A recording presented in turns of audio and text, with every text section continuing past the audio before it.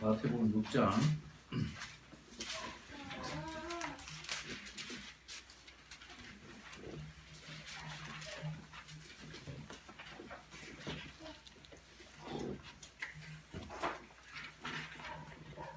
19절 말씀부터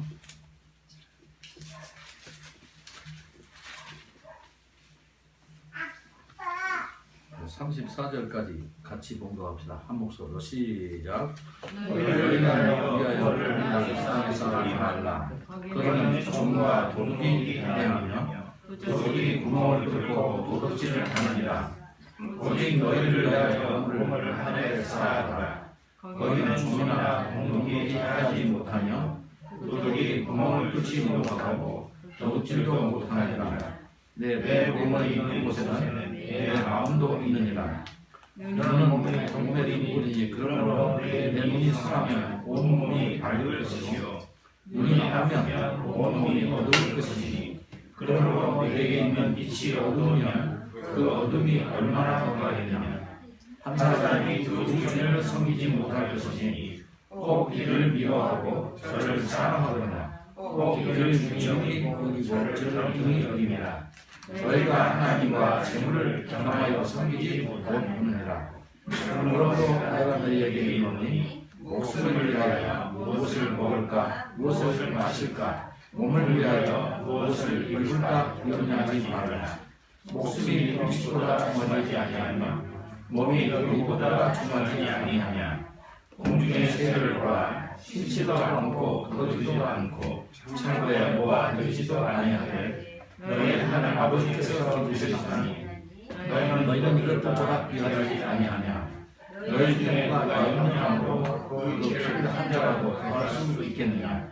또 너희가 어찌 의인을 위하여 염려하느냐.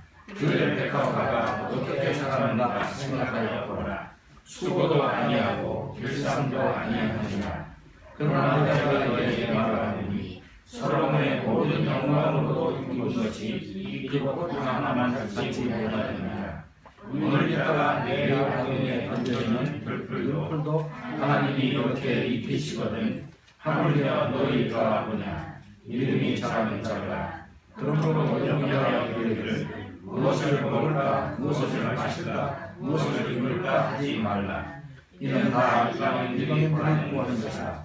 너희 하나님 아버지께서 모든 것이 너희에게 있어야 할 줄을 아시느니라. 그러니 너희는 먼저 그의 나라와 그의 의를 구하라. 그리하면 이 모든 것을 너희에게 더하시리라. 그러므로 내일 일을 위하여 내일이 여기할 것이요 한 날의 괴로움은 그날에 쫓아가니라. 아멘.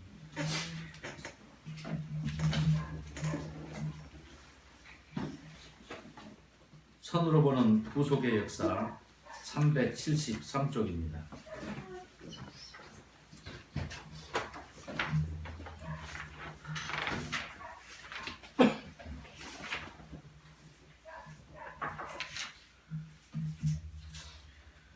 에, 373쪽 하단 두 주인과 두 나라.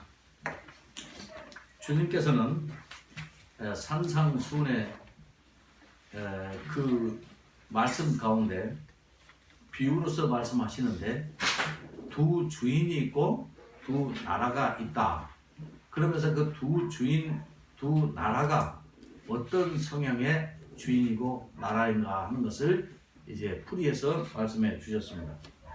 그러니까 19절에서 21절까지는 땅에 쌓아둔 보물과 하늘에 쌓아둔 그 보물에 관한 교훈이 여기서 나오는데, 여기서는 그 보물보다는 보물을 담지하고 있고 가지고 있는 장소가 강조되고 있습니다. 그러니까 그 보물이 얼마나 소중한가 이것보다는 보물이 있는, 보물을 모아두고 있는 그 장소 그것을 강조하고 있다, 이렇게 들으시면 됩니다. 그래서 22절에는 이런 말씀하시죠. 눈은 몸의 등불이니. 눈이 몸의 등불 맞죠? 네.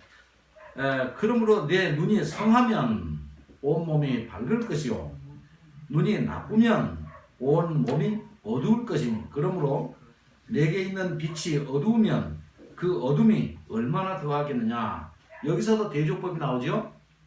대조, 무엇과 무엇을 대조해서 설명하기 위해서 대조법을 쓴 것인데, 여기서는 눈의 성함과 나쁨, 그러니까 눈이 밝으냐 또 눈이 나쁘냐 이것을 말씀하시고, 또 밝음과 어둠 이것을 대비해서 설명해 주고 계시다 그 말입니다. 그리고 말씀의 핵심이 되는 중요한 구절인 24절이 나와요.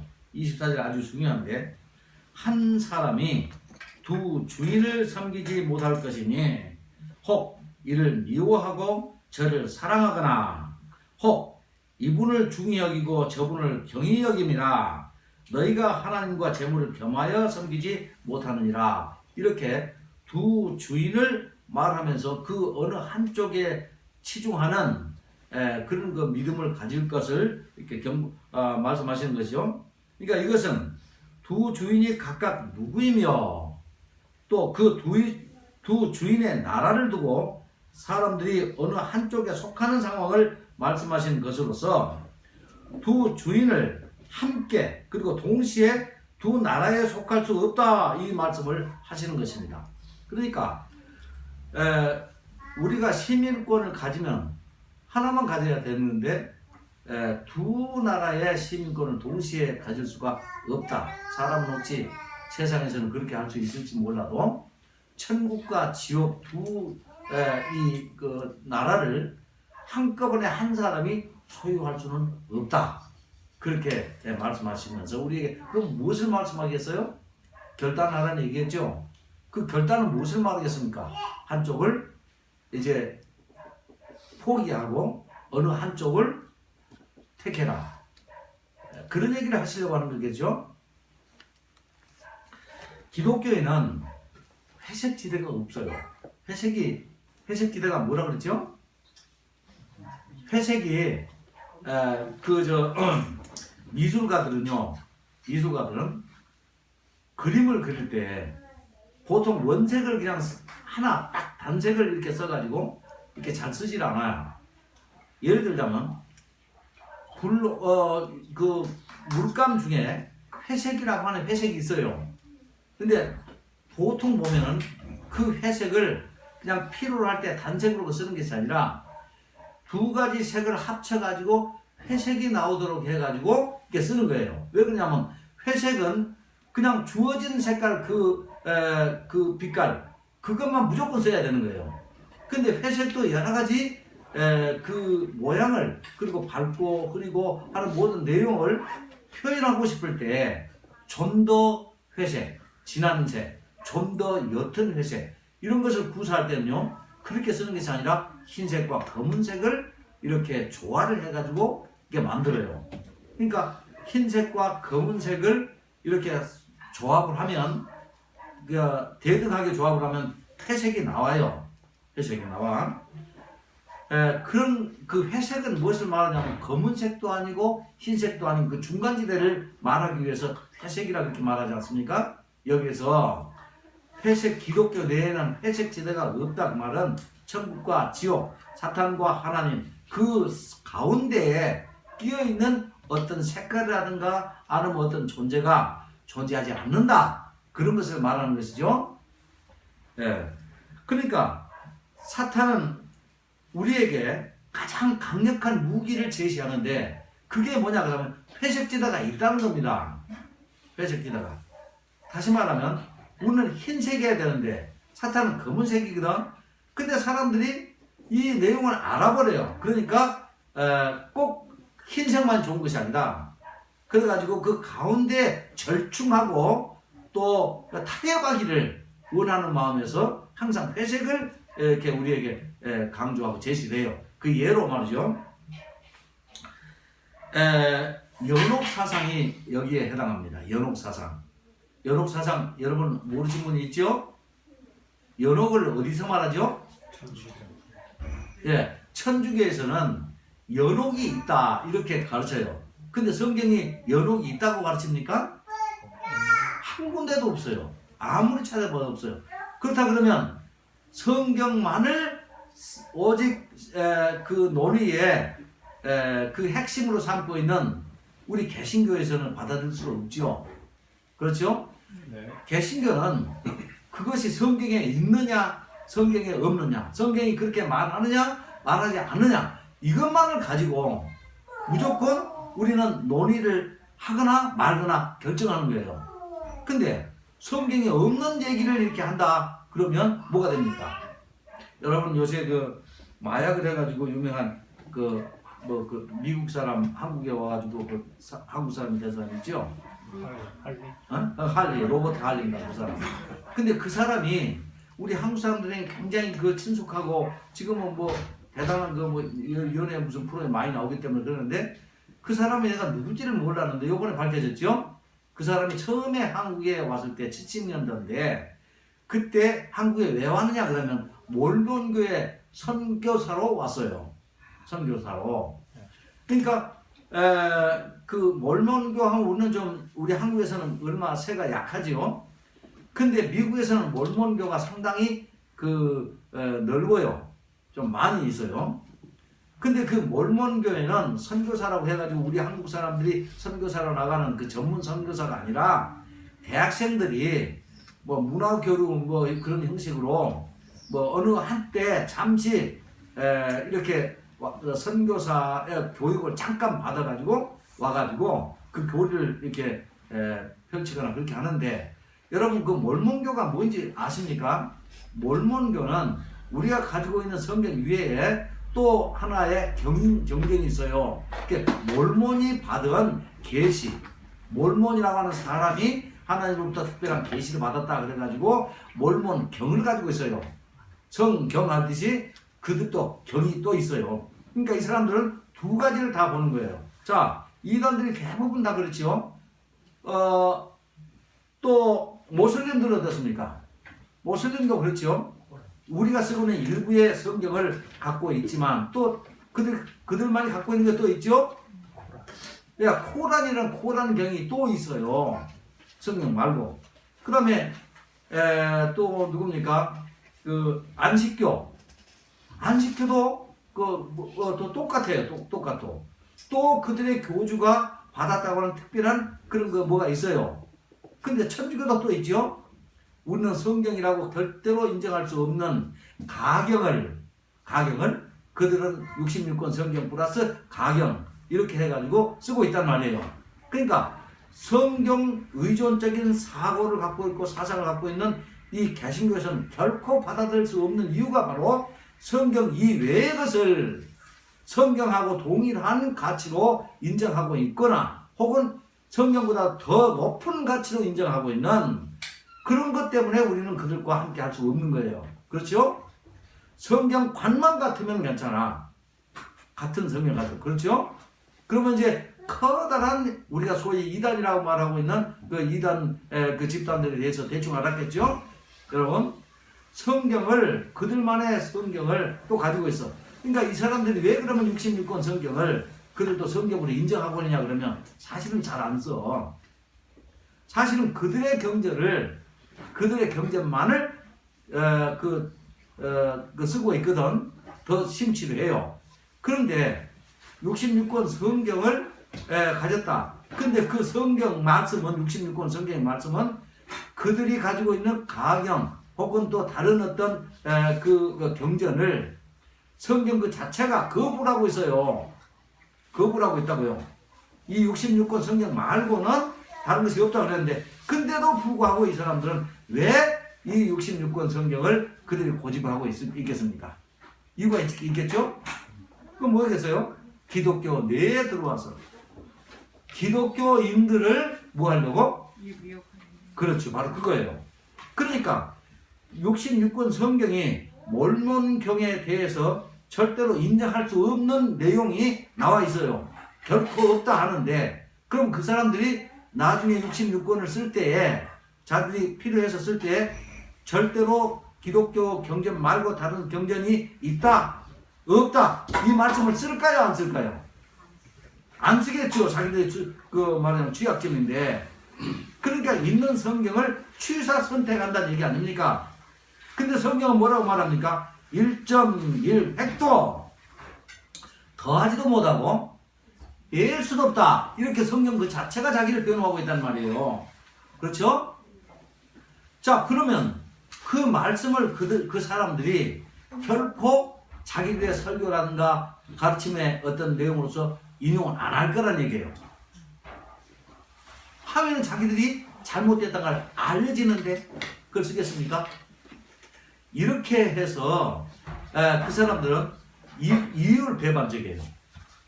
다시 말하면 성경을 쓰노라 하면서도 안 써버리는 부분이 있어. 그럼 무시해버리고 감춰버리는 그런 부분이 있어. 그럼에도 불구하고 끝까지 성경 66권을 고집하는 이유는 바로 믿는 자들을 유혹하려고 하는 사탄의 전략과 맞아떨어지기 때문에 그렇게 하지 않겠습니까? 바로 그거예요. 그러니까 무슨 몰문교가 어떻대 그런 거 얘기할 거 없죠. 그런데 보세요. 그렇게 해가지고 이 사람이 로버트 할리라고 하는 사람이 그러니까 선교사까지 했던 사람이 도무지 상상할 수 없는 마약을 한다. 마약을 한다. 그것도 우리나라 국적을 취득한 이후로 그렇게 했단 말이에요. 그러니까 사람이 제 아무리 얼굴 마스크가 선하게 보이고 뭐 해도 그런 걸 갖고 판단해서는 안 되겠죠. 그러니까 이렇게 모든 기독교, 개신교 이외에 그 어떤 종파들, 이중적인 그 경쟁을 갖고 있는 사람들은 뭘 말하려고 하니까 중간지대가 있다는 거예요. 중간지대가 있다. 그러니까 성경에 없는 그 연옥은 누가 만들었냐 그러면 로마 카톨릭이 만들어냈어요. 여러분 천주교를 말할 때는 카톨릭을 말할 때는 그냥 카톨릭이라고 하지 말고 절대로 여러분들이 로마 카톨릭이라고 말을 해야 돼요. 로마 카톨릭이라고 말해야 돼. 그냥 카톨릭이라고 하면 안 됩니다. 왜 안 됩니까? 정통이니까. 그렇죠. 로마 카톨릭이라 그래야 할 이유가 뭐냐 그러면 로마 종교라고 말을 해야 됩니다. 왜 그러냐면 카톨릭이라 그 말은 굉장히 좋은 말이에요. 그들이 안 썼으면 우리가 써야 되는 말이에요. 카톨릭, 하나님의 공적인 교회라는 뜻이거든. 공적인 교회.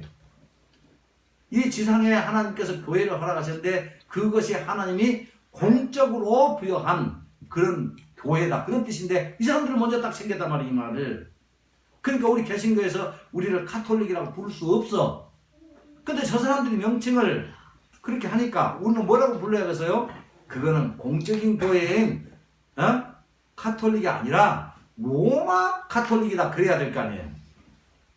그래서 천주교를 말할 때는 반드시 여러분들이 로마 카톨릭이다. 그렇게 이름 붙여야 됩니다. 그러니까 이 사람들은 무엇에 착안을 했냐 그러면 자 보세요.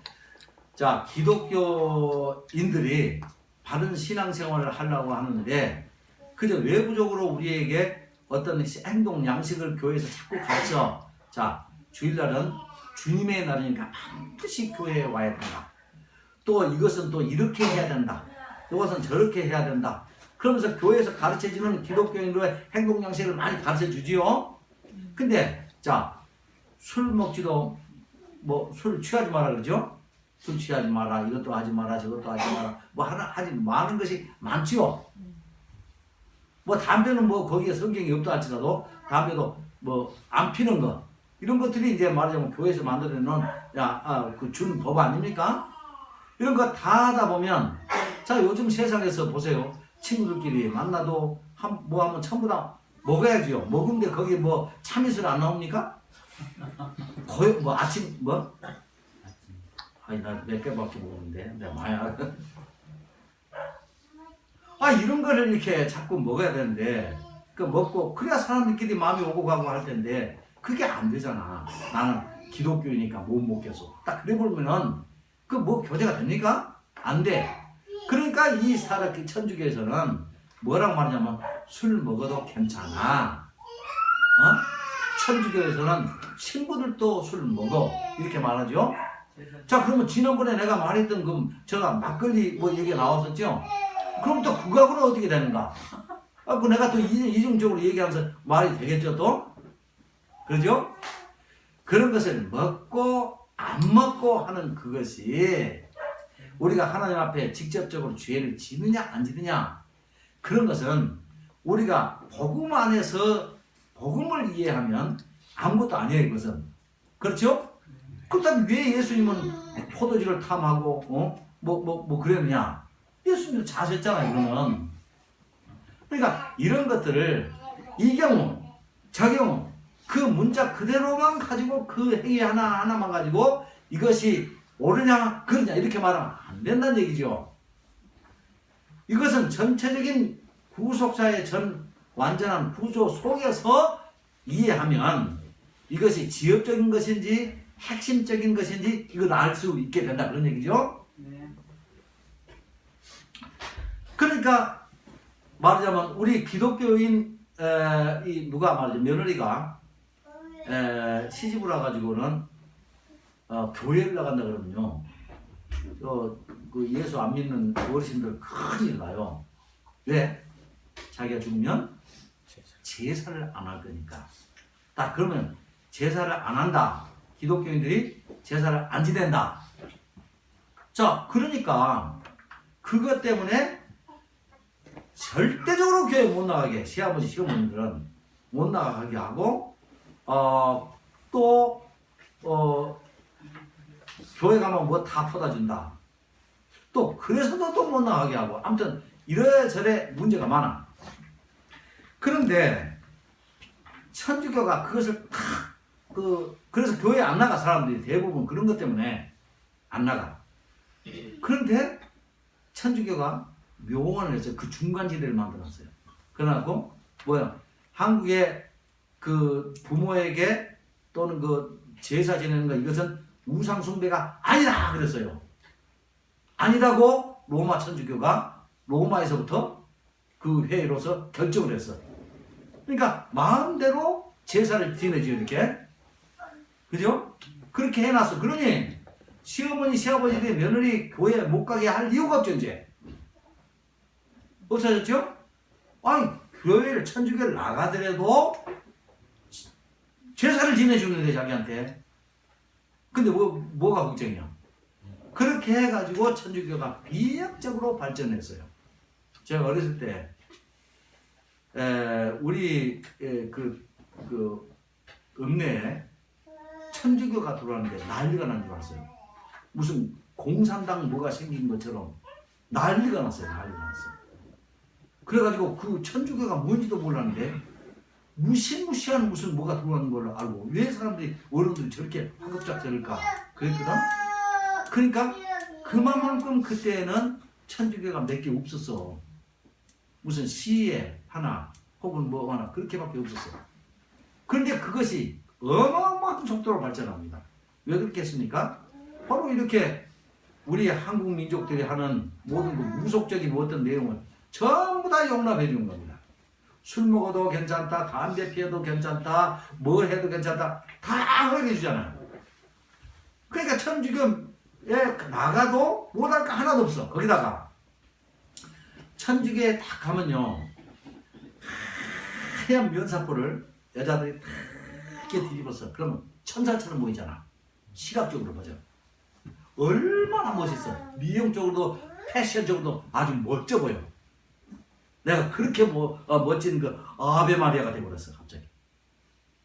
그러니 일주일에 한 번씩이나 하면 다 그렇게 하얀 걸 다 뒤집어 쓰고 나면 내가 무슨 성녀나 된 것처럼 이렇게 착각을 잠시 가질 수가 있어.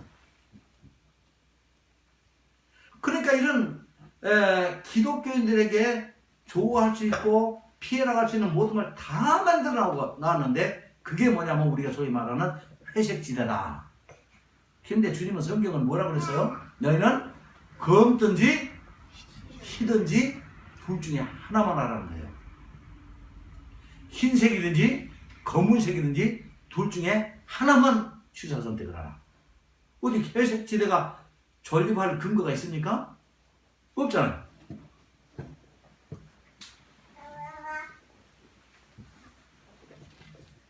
거기다가 더 큰 게 있어요.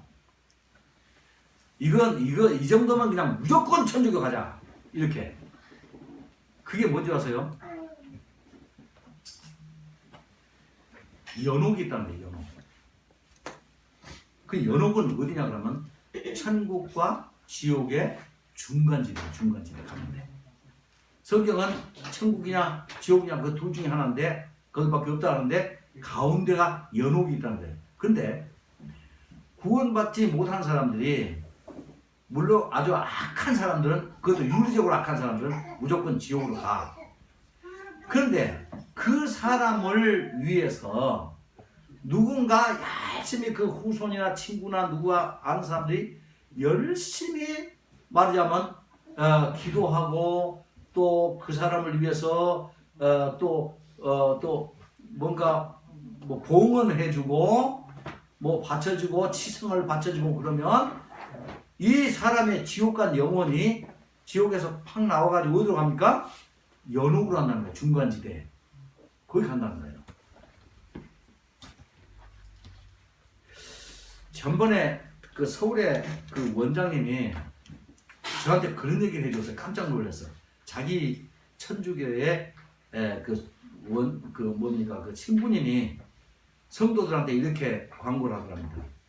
자기가 생각할 때는 신부죠. 신부가 생각할 때는 아무리 생각해도 나는 천국 못 갈 것 같다. 나는 천국 못 갈 것 같다. 그러니까 여러분들이 나를 위해서 열심히 기도해주면 내가 연옥은 가지 않을까 싶으니까 기도 좀 부탁합니다. 이렇게 말하더라는 거예요. 연옥은 갈 수 있겠다. 자기가 지은 죄인데 남이 열심히 기도해주면 간다는 거예요. 여러분도 혹시 그렇게 생각하는 사람이 있습니까? 이 친구 누구는 아무리 봐도 지옥 갈 것 같은데 저 사람에 대해서 여러분이 열심히 기도해주면 그 사람이 지옥의 형벌을 피할 수 있게 그래요. 그런 생각을 해보셨어요? 어떤 교회는 그렇게 기도하라 그래 또. 그걸 또 중보 기도라고 또 그렇게 말해. 남을 위해서 하는 기도를. 말이 안 되는 거 아닙니까? 성경에는 그런 말이 전혀 없어요.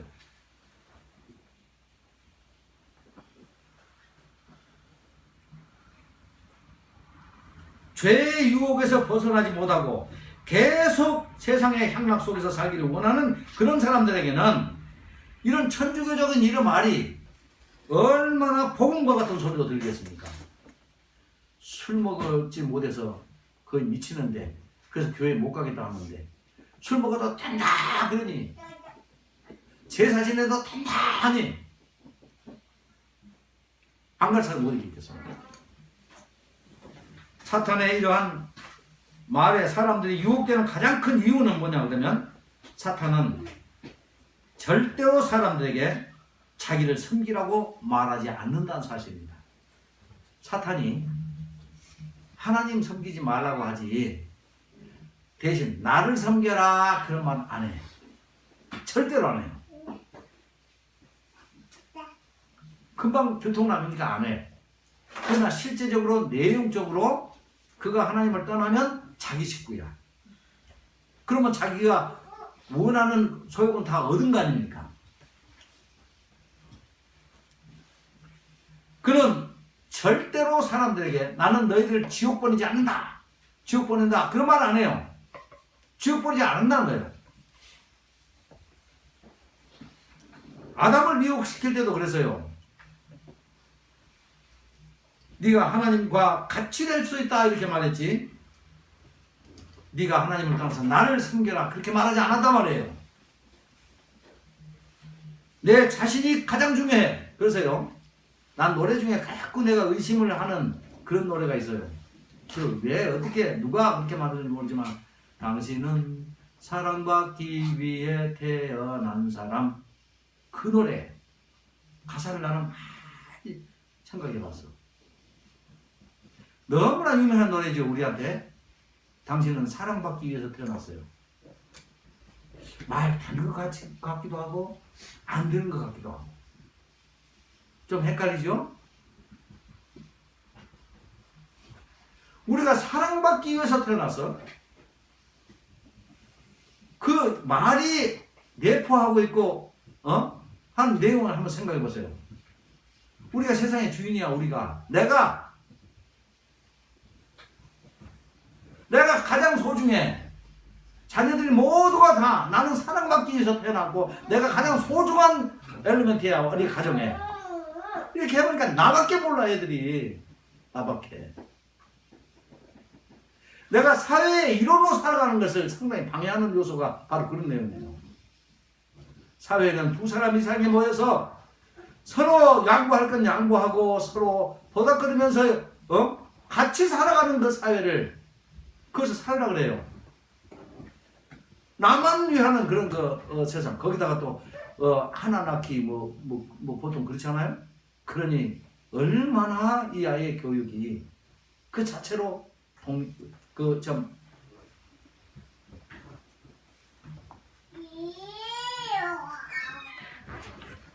그래서 항상 자기가 소중하다. 그래서 항상 그러잖아요. 하나님이 레이스 미어 하잖아요. 나만을 들어 올려주고 네가 절대적이다 이렇게 가르쳐요.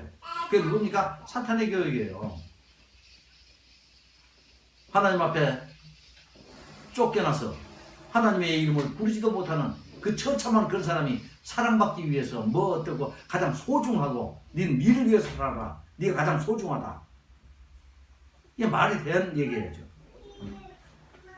예수님은 하늘의 주인이신 하나님과 또 세상의 주관자인 그 사탄의 나라를 이렇게 대조를 하면서 하나님의 백성들에게 하나님 나라의 참모습이 어떤 것인가 이거를 가르치신 거예요.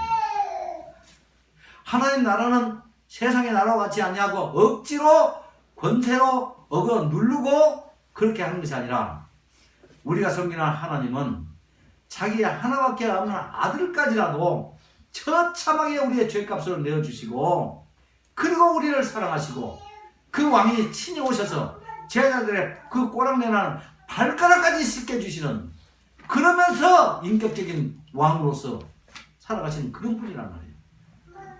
그러니까 사탄의 그 왕과는 완전히 다른 세계. 이런 세계를 하나님께서 우리에게 소개하시면서 어느 나라의 시민으로 살겠냐 결단하라. 이것이 오늘 두 나라 두 주인을 우리에게 제시하시면서 우리에게 결단의 축복을 하고 있는 말씀이다 그런 얘기입니다. 우리의 하나님 나라는 몸으로 뭐 가는 게 아니라 마음이 먼저 가야 하는 나라입니다. 천국은 심령의 천국이에요. 그리고 마음이 있는 곳에 보물이 쌓을 수가 있습니다. 그러니까 여기서 보물이라 그러면 돈, 재물, 보석 꼭 이런 것을 생각을 하는데 지금 여기서 말하고 있는 보물은 뭡니까? 여기서 보물의 내용이 뭐예요? 사람이 가장 소중하게 생각하고 있는 그 어떤 것 그것을 말하는 거예요. 여러분의 집이나 여러분 속에 가지고 있는 가운데 가장 소중한 재산 목록 1호가 뭡니까? 응?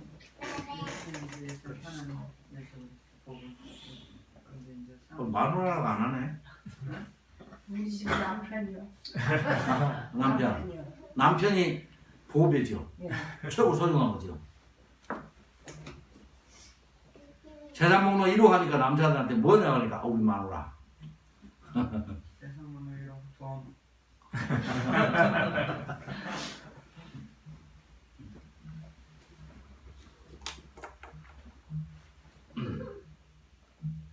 그러니까 여기서는 말하는 것은 꼭 보물이라 하니까 내가 꼭 갖고 있는 어떤 뭐 재물 뭐 어떤 내용 그런 것 그런 것이 아니라 내가 가장 소중하게 생각하고 있는 그것 남편 그 남편을 여기서는 예수님 뭐라고 하세요? 나보다 더 사랑하면 천국 못 간대요. 어떻게 하실래요? 그 남편 버리려고? 그것이 있는 곳에 내 마음도 있다. 그러니까 말씀하셨죠? 내가 가장 소중한 내 남편 그러면 내 남편에게 나의 모든 소중한 내 마음의 핵심이 다 있다는 얘기예요. 하나님보다 더 사랑한다면 우상숭배는 됩니다. 성경은 지금 그걸 말하는 거예요. 오늘 남편을 다 내버리세요. 또 방송이 돼가지고 또 나한테 이상하게 나한테 돌아오고 싶네. 이방인들의, 다시 말하면 하나님 믿지 않는 사람들의 생명은 오직 그들이 살아있는 이 땅에서의 삶이 그나마 그들에게는 천국일 것입니다. 왜? 이런 세상에서 누릴 수 있는 이런 제한된 이 행복만으로 이제 시간이 끝나면 사라지기 때문에 그렇습니다. 그러니까 그들에게 있어서는 모든 것 중에 모든 보배가 뭡니까? 이 세상이에요. 세상에 있는 것들이에요. 그래서 그들이 세상에 있는 것들을 사랑하는 건 보배를 사랑하고 여자를 사랑하고 남편을 사랑하고 뭐 이런 것들은 다 뭡니까? 다 자기들이 모든 그 삶이 이 세상에 밖에 없다는 거. 그러므로 그들의 유해 삶을 위해 세상의 모든 것을 쌓는 행위는 당연한 거예요. 하나님 믿지 않는 사람들. 근데 그리스도인들, 하나님을 믿는 사람들이 가치가, 세상적 가치가 바로 그렇다 그러면 우리가 믿는 사람이 아니라는 얘기죠. 그렇죠?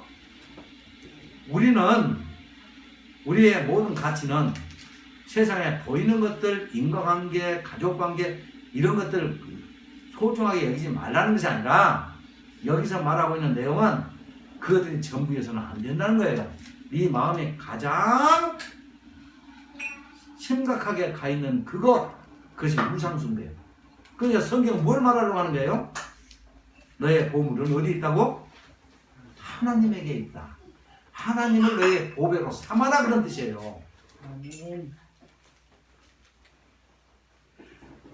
만약에 하나님이 우리의 보배라면 우리의 마음이 어디 있다는 얘기입니까? 하나님에게 있다는 얘기예요. 하나님에게. 싫든 좋든 그것은 예수님이 말씀하신 사실입니다. 그래서 그들의 신은, 믿지 않는 사람들의 신은 재물이에요. 내 보물이 있는 곳에는 너의 마음도 있느니라. 이렇게 말씀하신 말씀처럼 그들의 보물이 있는 세상에 마음을 두는 것은 자연스럽지 않습니까? 예수 안 믿는 사람이 그렇게 하는 건 당연해요. 그래서 그들은 언제나 목숨을 위해서 무엇을 먹을까, 마실까, 입을까 이것을 염려해요. 그러나 하나님의 백성들의 삶은 그들과는 달라야 된다. 이것이 오늘 예수님의 말씀입니다. 하나님과 그의 나라에 모든 관심이 집중되어야 한다. 그 말입니다. 그러면서 하는 얘기가 천국을, 너의 보물을 천국에다 쌓아두라. 그 말을 하는 거예요, 지금. 여러분, 만약에 재물, 보물, 금, 은, 이런 것들을 여기서 말한다 그러면 어떻게 다 천국에다가 쌓아둡니까? 그렇죠? 비우니까 하는 말이에요, 비우니까.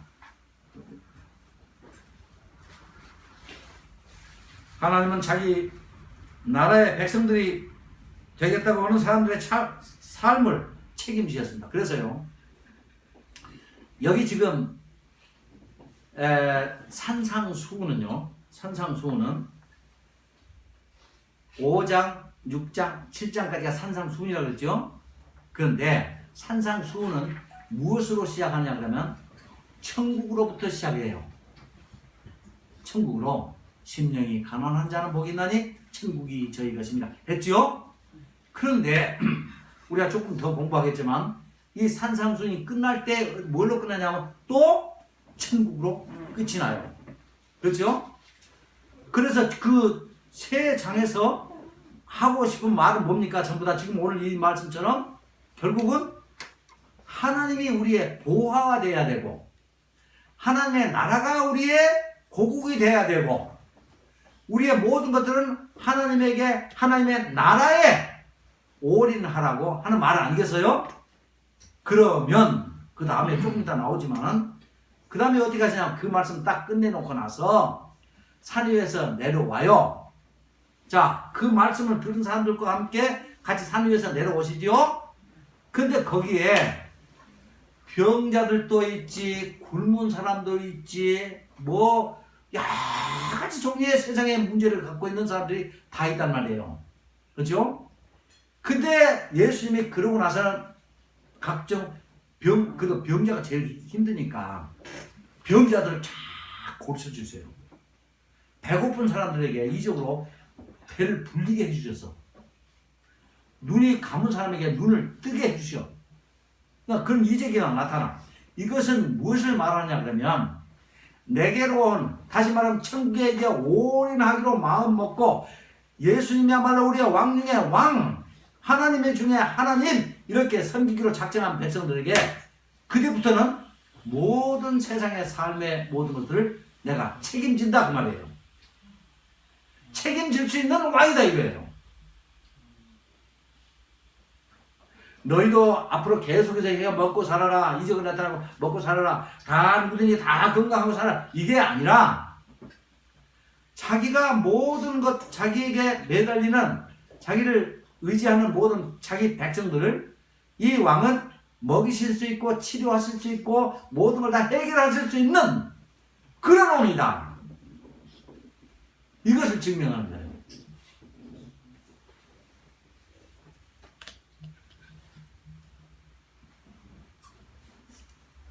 자기 백성에 대한 책임이나 아무런 도울 능력이 없다면 어떻게 그분을 왕으로 믿고 따르겠습니까? 그러나 영적 생명이 육의 생명보다 더 소중하다는 사실 여러분 아시길 바랍니다. 왜? 육의 생명은 잠시 잠깐 있다가 끝나버려요. 그렇죠? 아, 우리 성도님은 옛날에 하도 이뻐가지고 아주 그냥 부자들, 권세 높은 사람들이 다 데려가서 캐디로 말이야, 이렇게 데려가 쓸 정도 그렇게 예뻤어. 근데 몇십 년 지나고 나니까 다 어떻게 됐습니까? 이제 무릎도 뭐라 그래야지 보링하고 오셨잖아요. 지금 이렇게 돼버려요. 몇십 년 안 갔어. 근데 거기에다가 모든 걸 올인하지 말아라. 말하자면 그것이 끝난다. 그리고 끝난 연후에 하나님의 나라가 정말로 펼쳐진다. 거기에다 올인하라. 그런 뜻이에요. 영적 생명이 영원한 것이고 육의 생명은 한정되어 있기 때문에 그렇습니다. 오병이의 떡과 고기가 한정적이라면 예수님의 말씀과 그의 몸은 우리의 영원한 생명이 되는 것입니다. 그렇죠? 오병이어 먹었던 사람 지금까지 살아있습니까? 근데 예수님의 생명을 가진 사람들은 어떻습니까? 지금도 영원히 하나님의 존재에서 살고 있지. 집착하는 마음의 방향에 따라서 세상에 속한 사람인지 하늘에 속한 백성인지 스스로를 드러내는 것입니다. 우리 그리스도인들은 세상보다 하나님 나라에 더욱 관심을 가지는 사람들입니다. 맞습니까? 네. 아, 황미라 씨 대답 안 하네. 그래서 많은 재물이 있으면서도 마음이 가난한 사람이 될 수 있고 또 동전 땡푼 한 편도 없는 사람이면서도 성경이 말하고 있는 불쌍히 여기는 부자가 될 수가 있습니다. 여러분, 성경 하나님이 말씀하시는 부자, 가난한 자, 이것은 그가 부동산 재물을 얼마나 가지고 있냐 여기에 따라서 너는 부자, 너는 가난한 자. 성경은 그렇게 이분법으로 나누지 않아요. 성경에서 너는 부자다. 근데 그 부자는요, 항상 보면은 그 요한계시록에서도 그렇죠. 네가 부한 것 같으나 사실은 가난한 땡째 없는 가난한 사람이다. 라오디아 교회가 그렇게 말하죠. 그렇게 말해. 그리고 부자가 천국에 가는 것이 낙태가 바늘 끼고 통과하는 것보다 어렵다. 그렇게 말했죠. 그럼 거기서 부자를 우호적으로 말하는 게 아니었죠?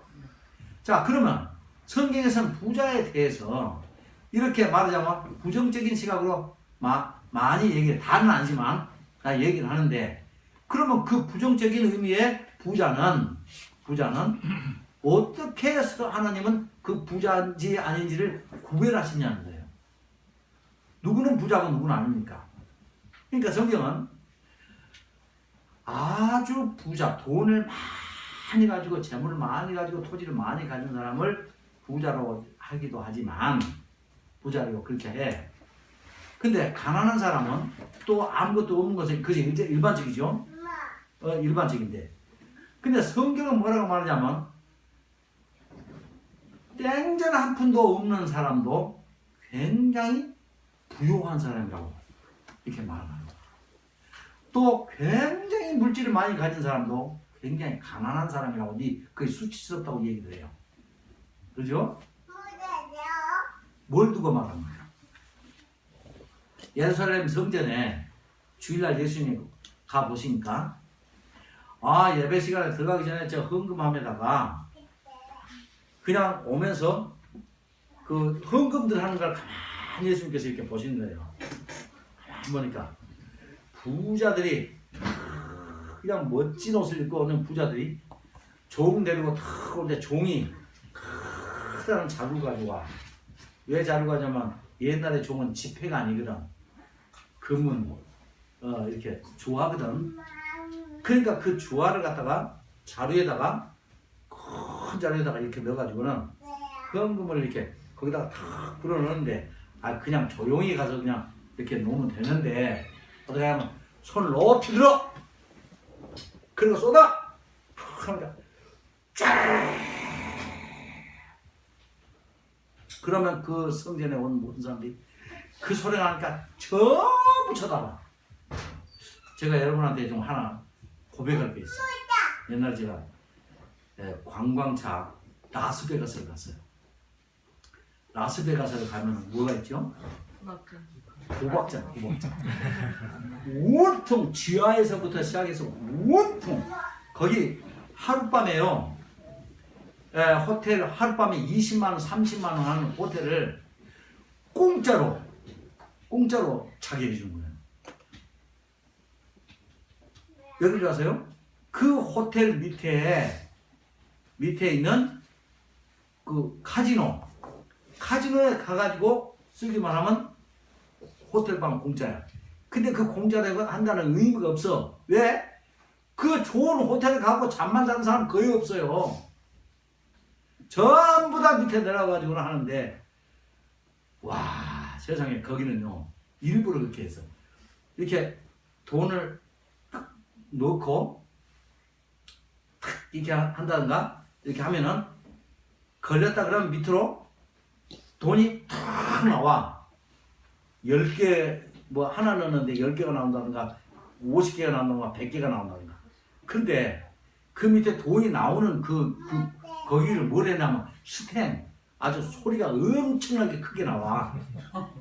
근데 그게 거기다 그렇게 하니까 또딱 소리가 나고 또 딱 소리가 나니까 그 많은 사람들이 어디서 돈 나왔다는 거 아는데 진짜 대단한 것은요 왕창 쏟아지면요 수백 개 수천 개가 막 쫙 하는데 양푼이 같은 뭐 큰 거기다가 막 나오니까 소리가 얼마나 지다고서 그러니까 사람들이 그래가지고는 사람들이 전부 다 안 되는 사람들이 자리를 슬쩍 일어나 거기 가서 이렇게 보고 있어. 그 사람이 일어나면 그거 잘난다는 거야 이제. 거기서 일어난다. 내가 쫙 마치 예루살렘 성전에서 헌금함에다가 그 돈을 이렇게 하면 어떻게 했어요? 거기 들어가서 조용히 기도하는 사람들이 전부 다 쳐다보지 않겠어요?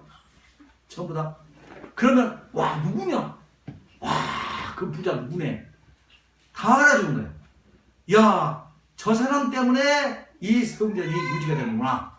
그리고 거기 성전에 온 사람 중에서 이 사람이 최고야 최고. 인정을 받아요. 그런데 가만히 보니까 예수님 보니까 어떤 아주 가난한 과부가 있어.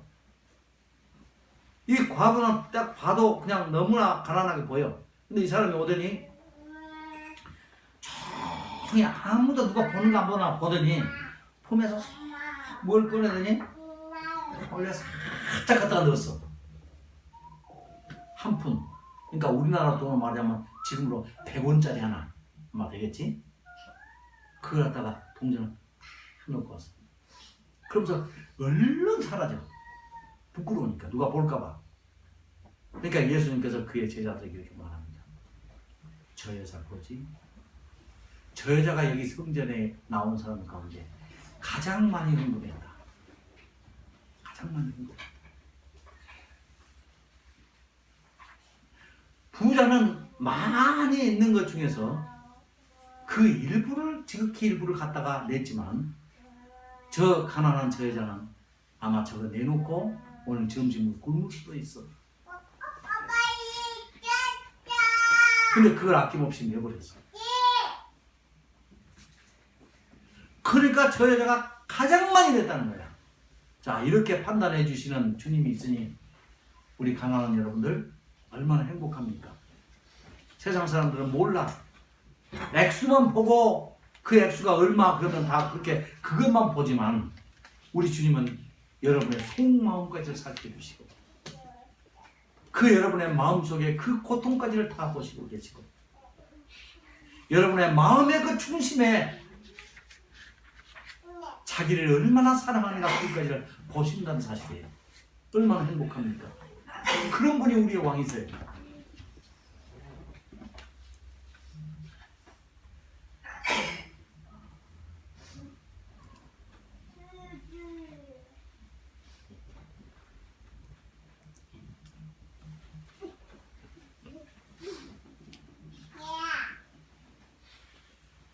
그것은 그가 얼마나 하나님 나라에 많은 관심을 가지는지에 따라서 다른 평가를 받기 때문에 그렇습니다. 근데 또 이렇게 염려에 대해서도 말씀하세요. 염려가 하늘나라를 위한 것인지 세상적 삶을 위한 것인지 그것은 내가 하나님 나라의 사람인지 세상 나라의 사람인지를 규명해주는 바로미터가 이 염려입니다. 여러분 어떤 사람이 교회만 그냥 울어. 눈이 툭툭 들어오면서 울어. 그러니까 모든 목사님이야 모든 성도들이 저 사람이야말로 진정으로 믿음이 좋은 사람이다 이렇게 판단했는데 속으로 알고 보면 이 사람이 왜 우냐 그러면 신세 한탄하느라고 우리 남편은 그렇게 나한테 이렇게 박대하고 억울해가지고 다른 누구는 너 남편은 저렇게 자기를 사랑해주고 하는데 우리 남편이 저렇게 하느라 내가 그렇게 자기를 위해서 했는데도 도무지 시어머니도 몰라주고 남편도 몰라주고 자식들도 몰라주고 그러니까 너무 서러운 거야. 그러니까 교회만 오면 그냥 팍 울어. 이 울음에 가치가 있을까요? 좀 불쌍한 건 사실이죠. 그죠?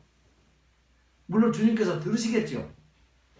그러나 이런 것을 가지고 세상 한탄하고 세상을 말하자면 그렇게 그 살기에 어려워서 그렇게 하는 이런 거 하고 다른 거 우리가 말하면 여기서 지금 이 부분 내가 쓰고 있는데 그러면 진짜 그 우리가 우려할 것은 무엇 때문에 우려해야 됩니까? 죄된 우리의 모습을 바라보면서 이러니 예수님이 필요하지. 이러면서 그 우리의 본질 속에서 늘어나는 그 약점, 추치 그것 때문에 우려해야 할 것 아닙니까? 근데 일생 내내 그냥 신체 한탄하고 교회 와서 울었다고 해가지고 그것이 천국에 한다면 말이나 되겠습니까? 우리의 눈물도 여러 가지 각색이에요. 어떤 눈물인지 흘리기만 하면 무조건 천국 간다. 말도 안 되는 소리죠.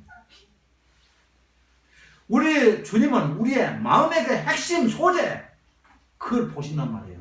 네 마음이 지금 어디 있는지 네가 본질을 지금 보고 있는지 무엇에 통해하고 있는지 그걸 보시고 계세요. 그런 주님의 눈에 합당한 그런 반응을 우리가 보여야지요. 목숨을 위하여 몸을 위하여 염려하는 이유가 믿음의 문제에서 파생되는 것이 아니라고 이렇게 말합니다.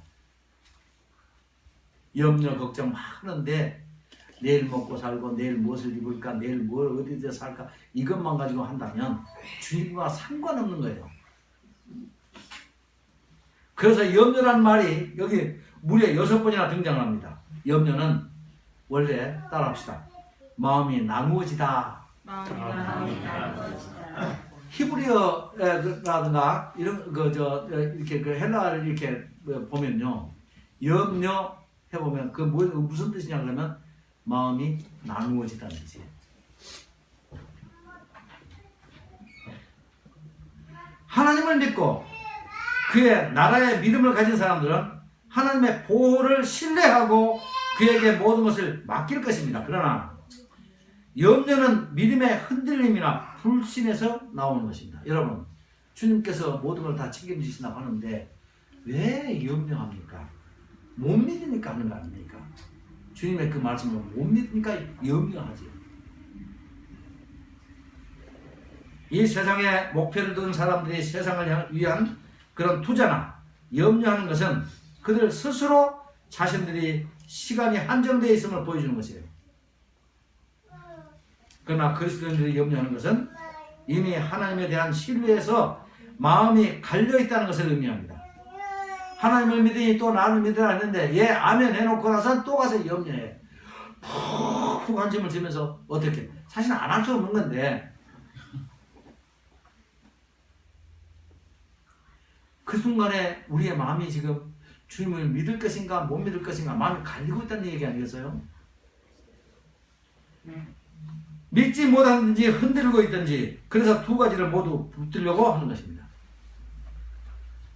근데 주님이 이렇게 말씀하시죠. 네가 염려하는 그 염려함으로 네 키를 한 잔을 더 할 수 있느냐? 뭘 할 수 있단 말이냐?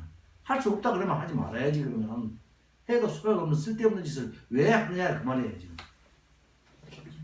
종교적 의식을 유지하지만 그 의식은 세상적 욕구의 충족을 위해서입니다. 교회 나오고 기도하라니까 기도하고 뭐 이렇게 하라니까 이렇게 하고 다 해. 그것만 하면은 그냥 나는 참된 신자겠지 이렇게 말하는데 주님은 절대로 그런 기준으로 우리를 참신자 거짓신자로 구별하지 않는다는 사실입니다. 그게 나는 그게 겁나는 거예요 항상. 그래서 겉으로 드러나는 목사님이 칭찬해주는 그런 믿음이 아니라 예수님이 칭찬해주는 그 믿음이 무엇일까? 이걸 연구해 봐야 된다는 거예요. 항상 그걸 생각하세요. 나도 거짓말할 수 있어요. 근데 예수님은 거짓말 안 하셔. 그러니까 예수님은 지금 세상 기준으로 말했을 때는 부자도 말하자면 땡볕 아픈 없는 이 사람을 부자래. 왜 부자라고 했어요? 여기 나한테 가지고 있는 게 딱 500원짜리 하나밖에 없어. 응? 그러면 세상적으로 봤을 때 굉장히 가난한 사람이죠. 그런데 이 사람이 그 500원에 너무 집착하는 거야. 요거 떨어지면 어떻게 하지? 요거로 뭐 어떻게 하지? 그러면서 막 요거 그래서 요거를 어디다가 안 잊어보려고 깊이 고쟁이 속에다 집어넣고 막 이렇게 했다고. 이게 뭐냐 그러면 그 500원에 대한 집착이 마치 수십억, 수백억을 가지고 있는 사람이 이 돈을 어떻게 관리할까 늘 걱정하는 것보다도 똑같은 거야. 똑같은 거. 그렇잖아요. 그러니까 부자인 사람이 500원 가지고 부자. 이렇게 판단해 주시는 분이 누굽니까? 예수님이란 말이에요. 그런데 가이오처럼 말이죠. 돈이 많아. 아주 부자야. 근데 이 부자를, 이 돈을 가지고 내가 어떻게 살지, 내가 어떻게 호화롭게 살지, 좋은 옷 입지, 이게 아니라 항상 생각이 뭐냐 그러면 어떻게 이 복음이 정말로 세상을 향해서 믿지 않는 자를 위해서 막 진보해볼까? 어떻게 선교할 수 있지? 이 생각을 계속해서 하는 거야. 그러니까 이 사람을 위해서 우리가 기도하라는 얘기예요. 심적으로 이 사람은 돈을 많이 가지면서도 마음이 심령이 가난한 거예요. 이렇게 인정받으니까 좋죠? 싫어요?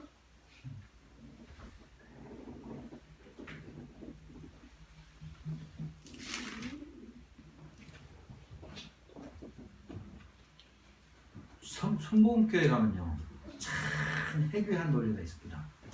우리가 순복음교회 그러면 얼른 번영주의죠. 근데 조영기 목사 밑에서 내가 한 2년 동안인가 내가 그 신앙생활 했어요. 근데 이 사람이 무슨 얘기를 한 줄 아세요? 순봉께서 제일 많이 하는 소리가 우리도 한번 해봅시다. 좋으신 하나님. 좋으신 하나님. 그러니까 이 사람들 기도할 때마다 딱 기도하면 이 사람이 어느 교파의 교인지 딱 알아. 순복음 교회 교인은요 언제나 좋으신 하나님. 기도 속에 반드시 나옵니다. 좋으신 하나님. 그러니까 그 좋으신 하나님이 세상 천지를 창조하신 부자야 부자. 세상의 모든 것들이 다 하나님의 것이야. 근데 그 하나님이 우리를 자기의 자녀로 삼으셨어. 그리고 구하라 주실 것이라 그러면서 모든 걸 다 주셔. 왜 안 주하냐? 너희들이 받지 못한 것은 구하지 아니하는 것이라. 그러니까 구하라. 그럼 무조건 막 구하는 게 주여 주시옵소서. 그러니까 그래. 그래서 하나님이 그에게 왕창 무엇을 막 주십니다. 줘요. 그러면서 내 자식. 이 자식 어린 자식 가지고 있는 사람들 아마 다 생각할 거예요. 내 자식이 에게 좋은 옷을 주고 싶고. 또 좋은 거 먹이고 싶고 남보다 더 멋있는 걸 어떻게 해보고 싶고 그렇죠? 그 부모죠. 근데 그 자식이 엄마 나 그런 거 싫어. 나는 백화점 그런 거 옷이 아니라 저 통복시장에 오시면 나는 됐어. 그러면서 통복시장에 옷을 막 그러면서 엄마 나는 그런 거 좋은 나쁜 거 그런 거 쓰면 별로 나는 마음이 없어. 그냥 따뜻하게만 하면 되고 오시면 돼. 그렇게 말하고 엄마 안 입어. 이거 갖다 바꿔 갖고 와. 나 그 싼 거 살 거야. 만약에 애가 그런다 그러면 부모가 마음이 어떻겠어요?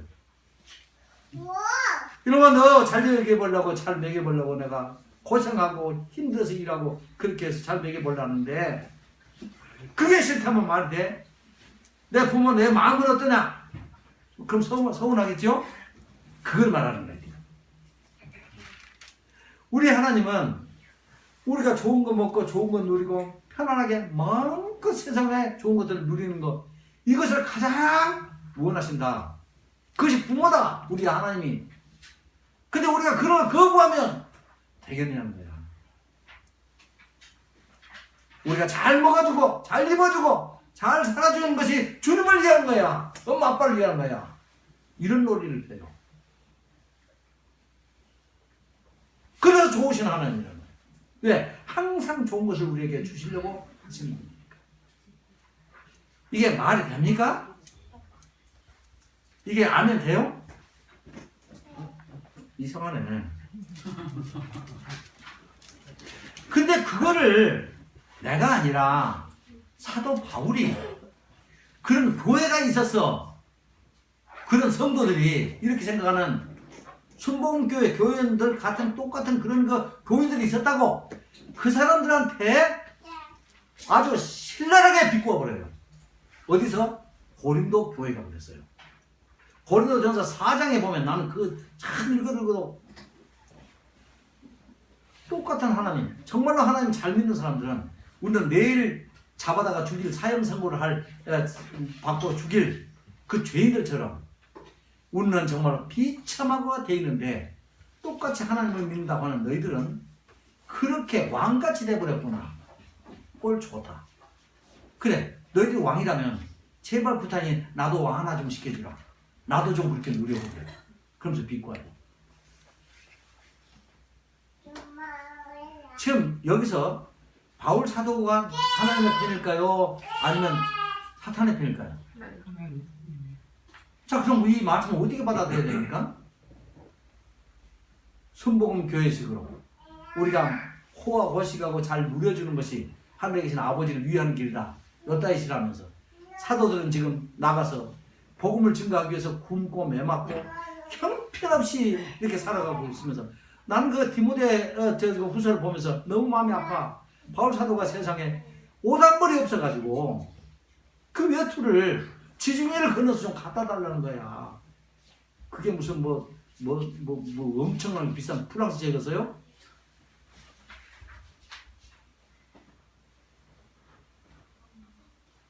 왜 그렇게 이 사람들은 목자를 죽이고 그렇게 박해를 받다 죽게 만들냐. 이게 좋으신 하나님입니까? 근데 바울 사도는 진정으로 그 하나님을 좋으신 하나님이라고 믿어요. 이 참 대단한 이 차이, 이것을 우리가 어떻게 극복할 수가 있겠어요? 우리 의식 속에서. 세상은 바로 이 순복음교회처럼 축복 이것만 가르쳐요. 그러니 다 모두가 다 좋으신 하나님을 부를 수밖에 없잖아요. 근데 바울 사도는 그렇게 하지 않습니다. 그건 사탄의 속삭입니다.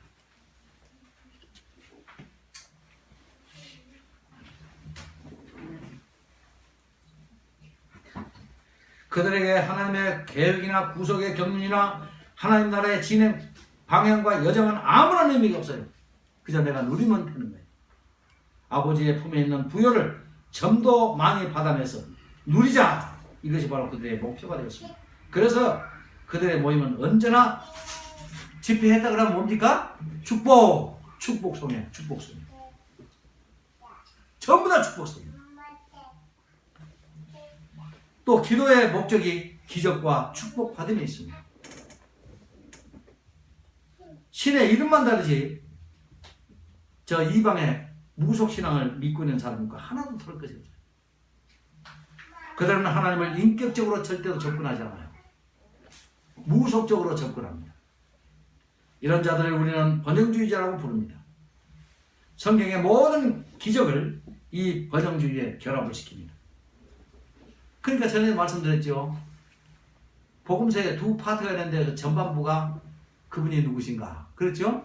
그래서 그분이 누구신가를 증명하려고 세상 사람이 할 수 없는 이적을 예수님께서 거의 다 드러내죠. 그러니까 그것을 갖다가 어떻게 접목시키냐면 우리도 이 기도를 열심히 하면 너보다 더 큰 일도 할 수 있다. 나보다 더 큰 일을 할 수 있다 하니까 할 수 있다는 거예요. 그래가지고 온통 그 이적이 나한테서 일어나고 그 전부 다 나한테 똑같이 일어나고 믿는 자에게 못할 게 없다는 거지. 그럼 그 사람들도 전부 다 이 문맥적으로 말하자면 모두가 다 뭐가 되겠다고? 예수님이 되겠다는 거죠. 그리스도가 되겠다는 거죠. 왜? 그리스도를 증명하기 위해서 나타내는 이적을 나에게 접목을 하고 내가 그렇게 할 수 있다고 말한다면 내가 그리스도가 돼야죠. 그럼. 모두가 그리스도가 돼야 됩니까? 성령 강림 후에 예수님의 제자들은 번영을 누리지 못하고 모두 순교하거나 가난하고 힘든 삶을 살다가 가버렸는데 그들이 풍요하신 좋으신 하나님을 몰라서 그렇게 살다가 갔겠습니까? 오늘날 이러한 것을 추구하는 교인들이 아주 많습니다. 이제는 오순절 교단만 그렇게 하는 게 아니에요. 어떻게 내가 교회를 이렇게 80만이 넘도록 키우는가 비법을 가르쳐주겠다. 교회 성장학을 배우라. 그렇게 하니까 장로교 목사들이 전부 다 거기 가가지고 그걸 배우다가 이제는 간판이 필요 없어. 장로교인지 오순절 교인지 이제는 그런 것이 경계가 없어져 있어. 전부 다 축복이요. 번영주의예요.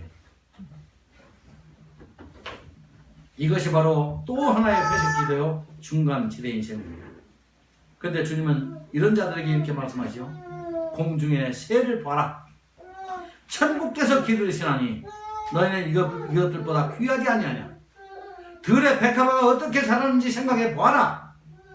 오늘 있다가 내일 아궁이에 던지고는 들풀까지라도 하나님이 이렇게 입히시거든. 하물며 하나님의 아들인 너희들일까 보냐. 믿음이 적은 자들아. 이렇게 하면서 주님은 새하고 하나님의 자녀들, 들풀과 자녀들 대조하시면서 이것을 이방인들과 하나님의 자녀라고 또 대입을 했어요. 먹이를 위해 생명까지 버리는 동물 차원에서 벗어나라 이런 말씀입니다. 이방인들의 시민권이 세상에 국한되어 있는 반면에 하나님의 자녀들의 시민권이 하늘에 속해 있다 하는 것을 강조하시고 하늘 시민들은 하늘의 법으로 살면서 하나님께 전적으로 의존하는 삶을 살 것을 이렇게 강조하신 것입니다. 지난주에 말씀드렸죠. 오늘날 우리에게 일용할 양식을 주옵시고 이것은 우리의 양식을 어떻게 얻느냐 하는 방법을 말하는 게 아니죠. 뭐라고? 양식을 통해서 하나님을 신뢰하고 의지하는 삶을 살아라. 의탁하는 삶을 살아라. 개인이나 교회의 부패와 죄는 이러한 의존적인 삶의 와해로부터 오는 것입니다. 하나님을 의지하지 않냐고 어떤 무속적인 어떤 기복신앙에 의지한다든가. 우리 주님은 결론적으로 말씀을 이렇게 해주십니다. 너희 이렇게 해라. 너희는 먼저 그의 나라와 그의 의를 구하라. 성도들이 진정으로 염려하는 일이 있다면 그것은 하나님의 나라와 그분의 의가 세상에 알려지고 실현되는 그런 일일 것입니다.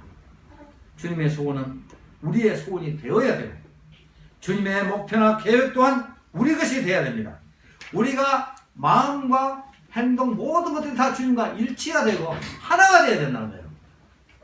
주님은 이것을 A를 생각하고 있는데 그렇다는 성도들이 B를 생각하면 안 된다는 거예요. 주님이 세우신 그 목표가 우리의 목표가 되어야 된다는 겁니다.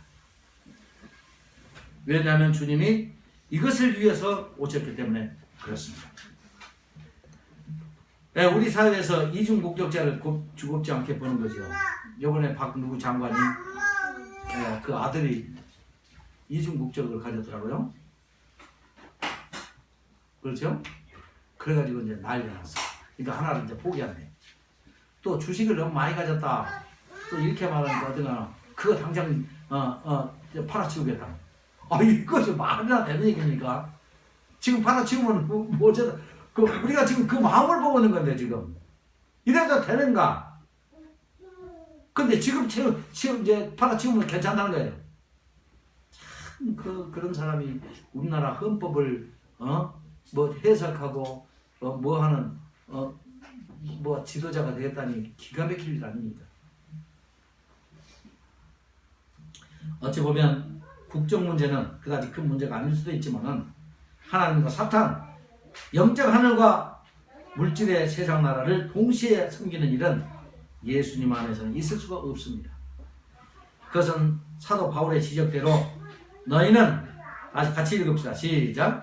너희는 믿지 않는 자와 멍에를 함께 내지 말라. 의와 불법이 어찌 함께하며 빛과 어둠이 어찌 사귀며 그리스도와 엘리야이 어찌 조합되며 믿는 자와 믿지 않는 자가 어찌 상관하며 하나님의 성령과 우상이 어찌 일치가 되리요.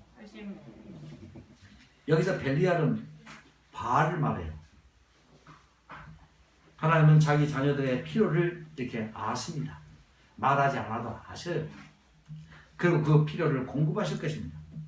하나님이 우리에게 자신을 다시 아버지라고 부르도록 허락하셨다면 우리는 이제 무엇을 먹을까, 무엇을 마실까, 무엇을 입을까 하는 그 문제는 이제 그 부모 되시는 아버지의 몫이 되었으므로 그분에게 맡기는 것이 좋습니다.